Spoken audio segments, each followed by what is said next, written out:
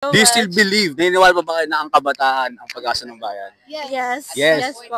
Yes. Yes. Ngayon, sa generations natin ngayon, medyo nalilibang yung mga kabataan. Pero I still believe na yung kabataan ay pag-asa pa rin ng bayan. Yun, no?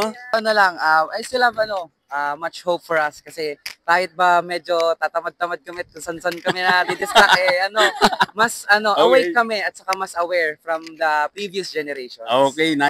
Para mapatunayan talaga natin na tayo yung pag-asa ng bayan, tayo na yung magsimula. Yun, Diba? no? Okay. Diploma or diskarte? Okay. Ako? Oo. I think it depends. Case-to-case basis siya.